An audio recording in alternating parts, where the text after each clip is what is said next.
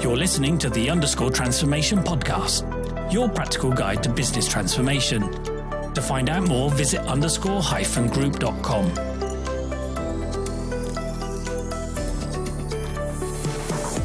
Welcome to the Underscore Transformation Podcast. My name's Jason West. And my name's Joe Ailes. And together we're the founders of Underscore. This is Season 2 and Episode 1. This week we're talking about resourcing your program team. So the first thing to say is congratulations. You've got your business case through approval. Your exec team are all fully supportive of your plan. Your process owners are all bought into the high-level solution design that you figured out during the scoping phase. You've got your new operating model agreed, and people have started to ask what this transformation program's all about. Before you start rushing off and building and designing things, it's worth taking a moment to consider the personal risk that an exec sponsor takes when they step up and tell the board that they need several $1 million to invest in transforming their function. Now, you would assume that securing the best possible team to work on the transformation would be kind of the top of their to-do list. But frankly, on too many occasions, we see that resourcing the program team is actually really rushed through, and it kind of gets compressed between this time of the program getting approved and budget put in place and the kickoff happening, and really just there's just not enough time, effort and thought put into it. So that's why we really focus on this as the very first point on the checklist, is get the right team around you. But let's just think about, okay, what are the practical steps that we can take to kind of reduce the risk around making the wrong resourcing decisions on a program? You're right, Jason. Having to build the right team is really important, really key, with the right skills and capabilities. One of the things we talk about in projects that we're involved with is having the right balance between internal resources that are seconded onto the project and bringing in external subject matter expertise in areas that the organization doesn't have experience in. This is new ground, typically for an awful lot of organizations, and building that team that has both internal resources that are going to take ownership and accountability of whatever is designed longer term, with subject matter expertise of people that have been there, done it, is important. And having that mix is really key.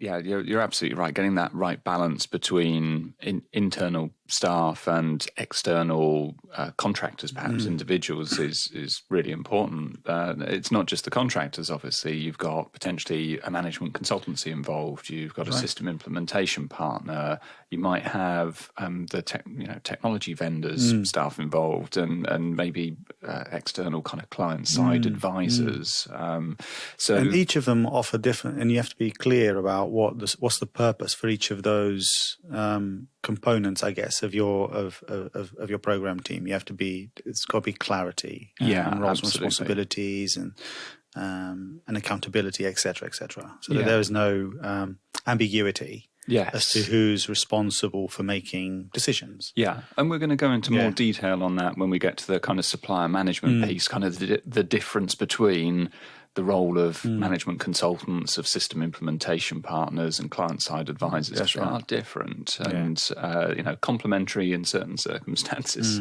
But I think that the first point is to really be clear with people about this is your program role. So actually documenting what are they accountable for, what are they responsible for, what are the types of skills and competencies that they're likely going to need in this new program role, and actually giving that to people.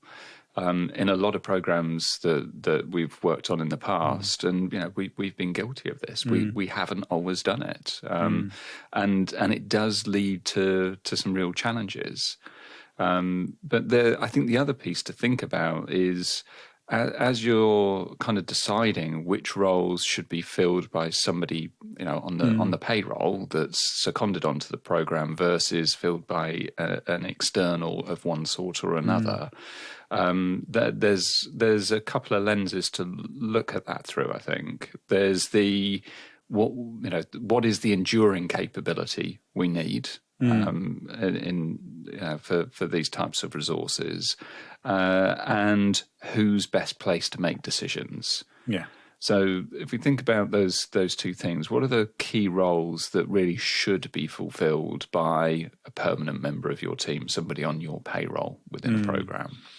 Yeah, I think the owner of the change, the individual, the exec that has gained the business case approval, the individual that is delegated that responsibility of making sure that the change happens, that has to be an internal person. Yeah.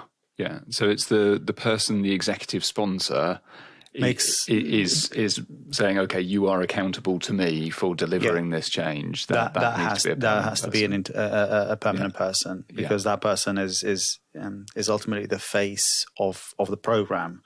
Program managers, program directors should be resourced externally, because you're ultimately going to acquire skills and capabilities that don't exist in your organization today, because you're implementing something new. So you should go out and equip yourself with an individual that's been there, done it, that's got experience of running these programs. Yeah. Technical roles that you wouldn't expect to have the capability internally, systems architects, maybe integration specialists, maybe data specialists, people that have been involved with that specific technology in the past. Yeah. So business analysts, functional consultants. Functional consultants on a technology side, absolutely. I think those individuals maybe you could acquire externally, but then make sure that they don't work in isolation. You have to have on a client side somebody that almost partners with them, so that knowledge is retained within the organization way beyond these individuals exiting on completion of the project. Yes, yeah, and it's also important that the people making the design decisions are your staff. Absolutely, process owners. Yes, the process owners always are internal individuals. Yeah, the functional heads, if they've been seconded full time onto the project. Yes, or whoever those functional heads have delegated that responsibility to. Similarly to the exec delegating the responsibility to a program lead. Yes. The functional heads should also delegate the responsibility of the design of their function to somebody within their team. Yes, yeah, assuming they've not been seconded onto the program themselves. Themselves, yeah, absolutely. Yeah, it has to be an internal resource without question, and then of course being supported by individuals with expertise in making, facilitating design workshops and design sessions, and the business analysts that you talked about, because an awful lot of in an awful lot of cases, these individuals are operational individuals. They don't.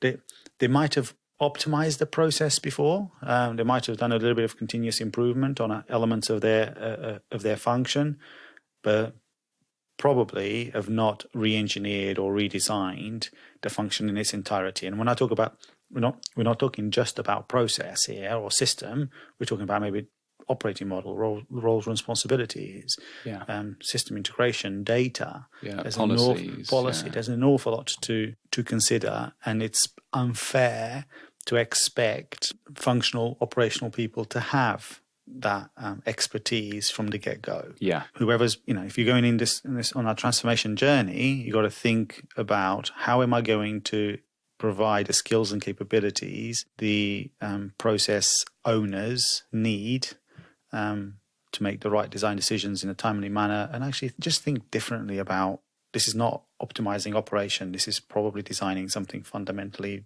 different to what we have today. Yeah. So, and then there's we've identified something like, I think we've identified 37 roles, haven't we? Yeah, we have. In our capability matrix, in our resource matrix, of individuals, roles that are required to execute this transformation, this change. At different phases of the project, etc. And not all of those are full-time. So if you're sat there as a mid-sized organisation going, 37 people? No, there's 37 roles. 37 roles. They're required to execute the change well. And these roles require capability and skill set, and they've got a set of prerequisites. Yeah. Please equip internal teams with the skill sets that we describe in our capability matrix. Yeah, and being clear, as we said, which ones really must be internal. And I think the one that we haven't talked about is the design authority, because sponsor, absolutely needs to be internal. Transformation lead, process owners definitely. But I think the design authority that kind of sits above the process owners, I think it's really important that individual that's fulfilling that role is on the payroll, and they're going to have to own these design decisions. Yeah, it's ultimately that program lead, isn't it? The individual who is delegated that responsibility from the sponsor. That individual ultimately heads up that design authority. It's on their head, be it that all the design decisions are done in the best interests of the business and they're fit for purpose. Yeah, they can, however, be complemented by somebody that's facilitated these design authority meetings and understands the processes that the organization needs to go through in terms of the iteration of the various design, especially in cloud technology, for instance. You have iterations of design. So you making a set of decisions in the design authority today that actually, once you hit the ground running in operations and you realize that actually, do you know what, in hindsight, we shouldn't have made that decision, because that happens. It's a reality. Yeah. Nothing is perfect from day one. So you make a set of design decisions with the data you have in front of you.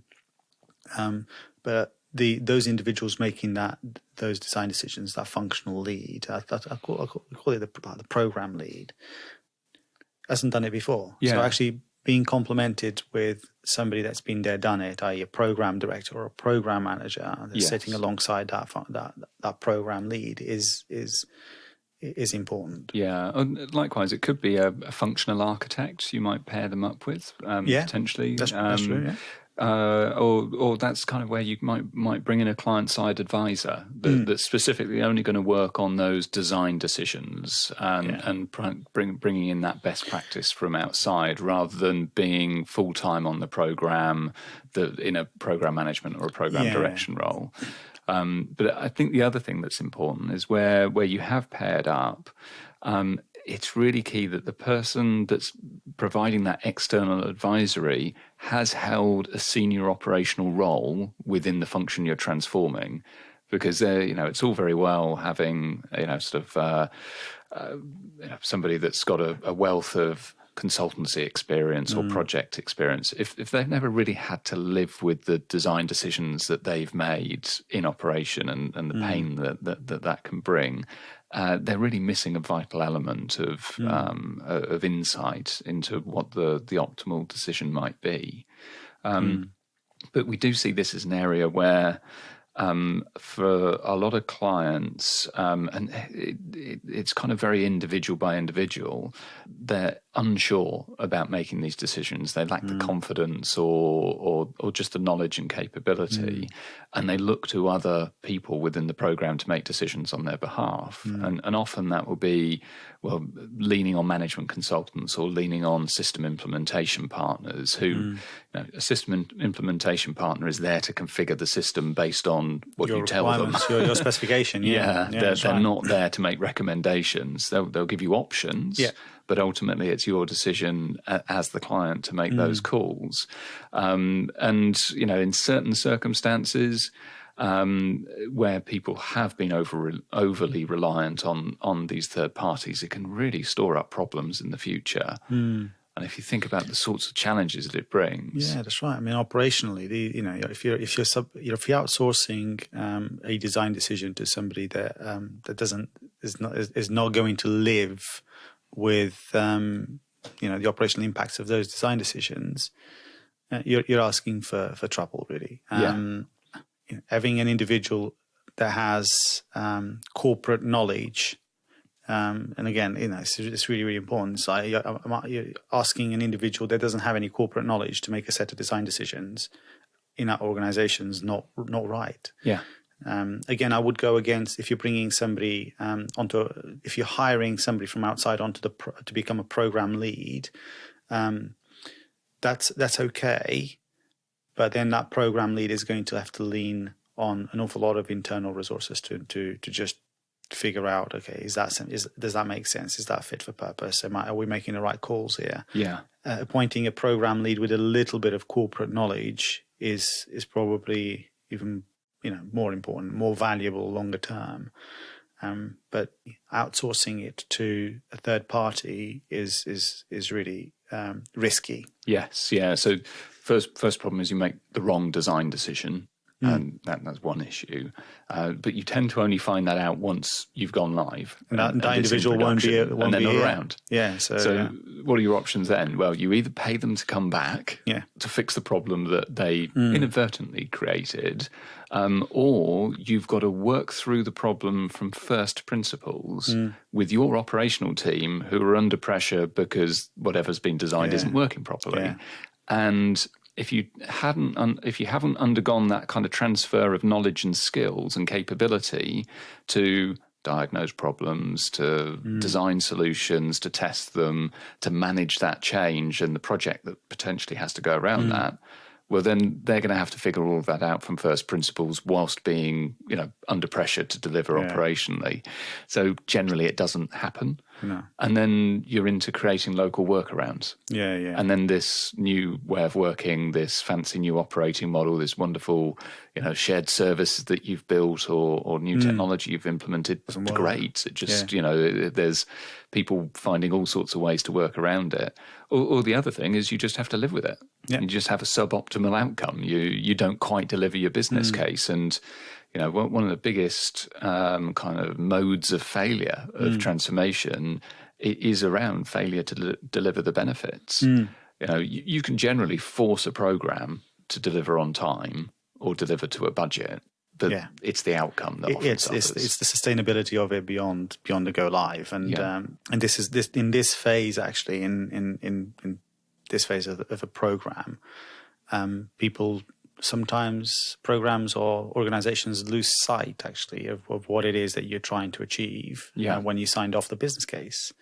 And throughout the life of the program, absolutely, some decisions that go fundamentally against the original reasons for investment are made. And to your point, which is to drive that outcome of we need to go live on this date.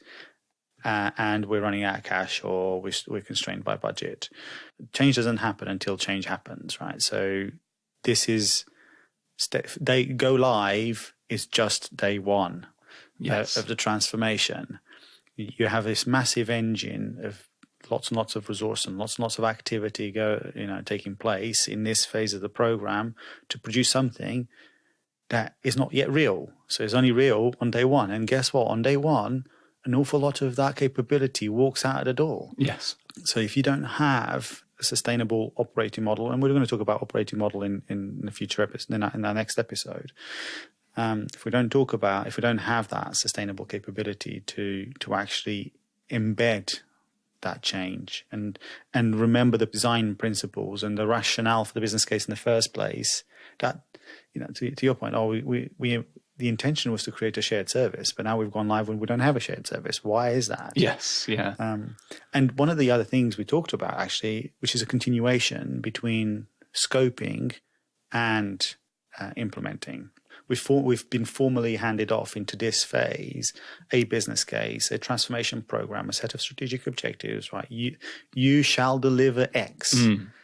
And there is an element of risk if the person that's delivering the change is not involved in the scoping. Yes. Right? So we've come across that before where there's a handoff and the individual, the team that's created the business case is no longer around. Yeah. And now they've been the baton has been handed to an implementation team that doesn't have perhaps the same insights, the same drivers or the same rationale or the same reasons, whatever, that were created in our business case, and lose sight of it. Yes, yeah. And then you go live with something that's fundamentally different to what you've committed to in the business case. Yes, yeah. You're listening to the Underscore Transformation Podcast. This podcast is brought to you by Underscore, the transformation capability specialists. To find out more, visit _group.com. Having a program lead involved from day one in scoping through to implementation and into warranty and sustaining it is really, really important. Yeah. Wherever possible, you really want to do it. I mean, sometimes it's not possible because casting changes, etc. The inevitable happens, right? So you can't. Things like that do happen. There's changes of sponsorship. There's execs change roles. Yeah, we talked about that in our previous season. Yes. So don't plan for it, but be prepared for changes in structure, because these programs take a long time. Yeah, there's ultimately changes in casting and changing of individuals in the organization. But having that continuity makes your program more likely to succeed. Yes, yeah. The other role actually is change management.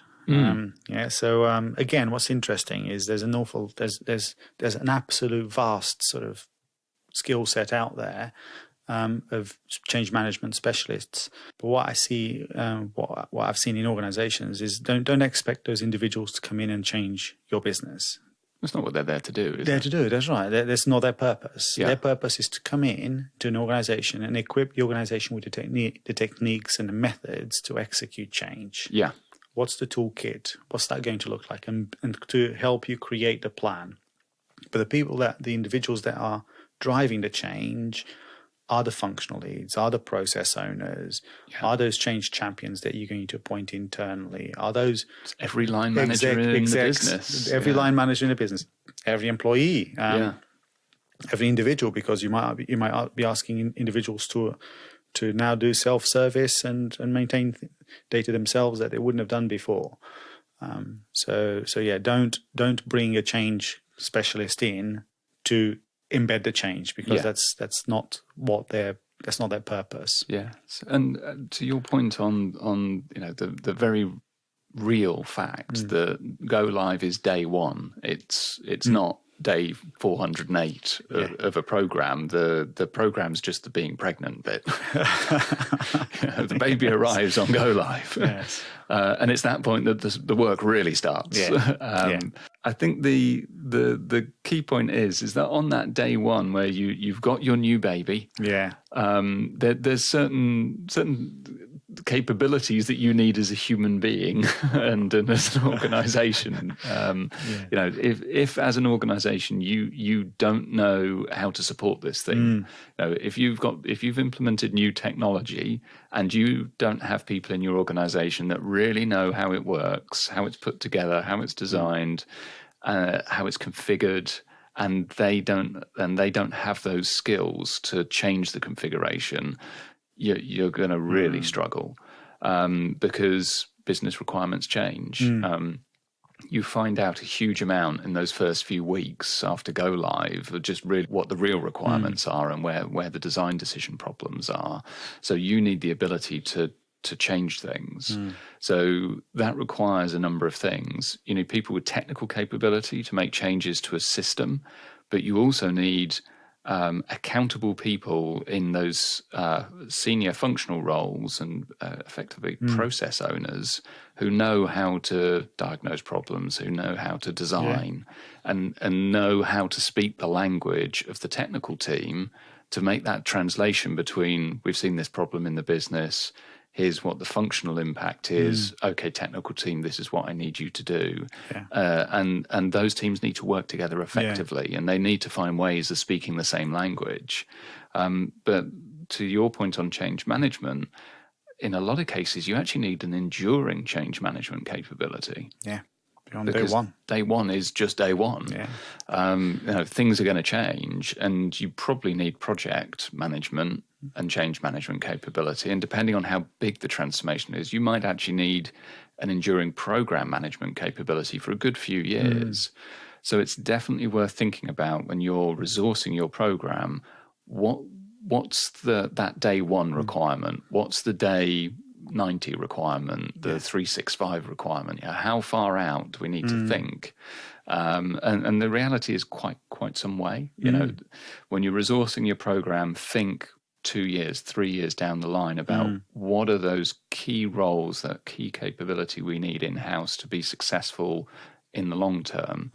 And just coming back to our capability matrix, that's where we started on trying to fix this stuff, because we've seen a lot of programs get into trouble where they've got the wrong people doing the wrong roles.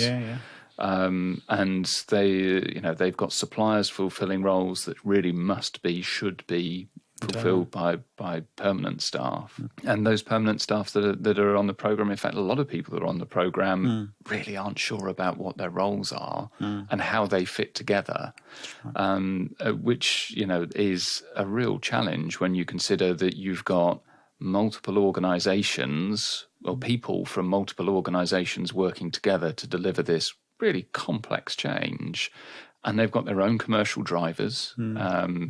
They're not clear about how my role works with your role. And it's kind of not surprising that a lot of the challenges around this are kind of people related. So really spending the time properly documenting those role profiles is really key. And the reality is, in a lot of programs, it does not happen.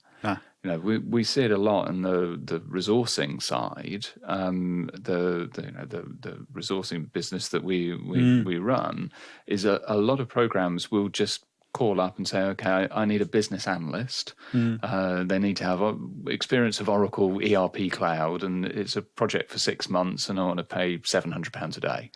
That's it. That's the total extent of the requirement. That's right. There's no description of any sort, and sometimes this is the first time that person's even heard of a business analyst. So they're going to interview people having no clue about what this role is. So that's why we put together this capability matrix to actually make those resourcing decisions as effective and as sound as they possibly can be. So really documenting those role profiles, about putting the right competencies in place and thinking through, well, what are those competency-based interviews that we should be asking, and providing that level of support around building the right team. Because frankly, you could have a plan that's a bit off and you could have a not great business case, but put the right team on it with the right executive sponsorship, and frankly, you can fill in a lot of those gaps as you go. Ever solid business case. And then you launch a program and you don't equip yourself with the right skills and capabilities around you, it's going to be a struggle. Totally agree. And it is interesting that you have to plan out your resources at the outset of the program. There's an awful lot of organizations out there that would love the fact that organizations are struggling for resource. I need somebody to start tomorrow. In a recruitment world, let alone a contracting world, in a recruitment world, there's so much that can go wrong with desperation, right? So plan your resources up front, look at capability matrix, review that, see what skill sets I need at what phase of the program, and have a recruitment plan, a resourcing plan that's going to give you the right skills at the right time in your project. And there's an awful lot of businesses out there who will be pushing an awful lot of resources at you that can just about spell the word of the technology that you're about to implement, whether it's Oracle, SuccessFactors, SAP, or whatever. Workday, etc. If they've got that word in their CV somewhere on LinkedIn, that individual will be pushed potentially to you as a potential resource. And if you have not thought about the skills that are needed and where does that individual fit in my overall program structure and what's their real purpose, you can be misusing program budget in resources that are suboptimal to what actually you need at that time. So that's structuring your program from day one is key. The other thing that's definitely worth mentioning is it's really important to take proper references. Yes. There's so much money that has flooded into cloud ERP, cloud HCM over the past few years, and especially on the ERP side, it is just skyrocketing at the moment. There are an awful lot of program project people out there that we know have a string of failed programs, failed projects behind them, and they do consistently keep securing future work. And it can only be because people aren't taking references. So if somebody provides you with a reference, be really clear about what that person's role on the program actually was. A lot of the time they might be somebody that reported into the person that's giving you the reference rather than the program sponsor or the program lead. They're the only kind of people you want to be talking to. If you're talking, somebody senior within the permanent staff of that client, they're the sort of people you want to talk to. And don't just take the last one. Yes. Because what's interesting, every organization that goes live, there's a honeymoon period where everything is actually, we've turned something on. Yes. And the sky hasn't fallen, the world hasn't imploded, so we're in a good shape. Yeah. If you bringing in somebody from to work on your project that's literally just left another program that's recently gone live, the likelihood is that they won't have come across any issues that have been stacked up whilst that program's been developed or implemented until month 3 or 4. Yeah. So I would encourage those taking up references to go and speak to individuals that have been live for a period of time to understand what lessons have you learned, what could have been done differently by that particular individual that you're talking to. Yeah. On that program at a time. Knowing what you know now, what would you have done differently? Yes. So, if this sounds like a lot of hard work to hire a relatively small number of people to work on a temporary basis within your organization, really, stop and think about it. These are the people that have your future career prospects in their hands. Really spend the time, invest in really getting to grips with what all these roles are, what they mean, what good looks like, what's a good program manager versus a not good program manager, and really spend the time and give your program team the time and the space required to get the best possible people onto your program, because we've seen it firsthand. The personal cost to executive sponsors of getting these resourcing decisions wrong. So it's just not a price that's worth paying. So really spend the time and really focus on this as a very high priority as you get up and running on the build phase of your program. Okay. So that's it for our first of season 2. Season 2.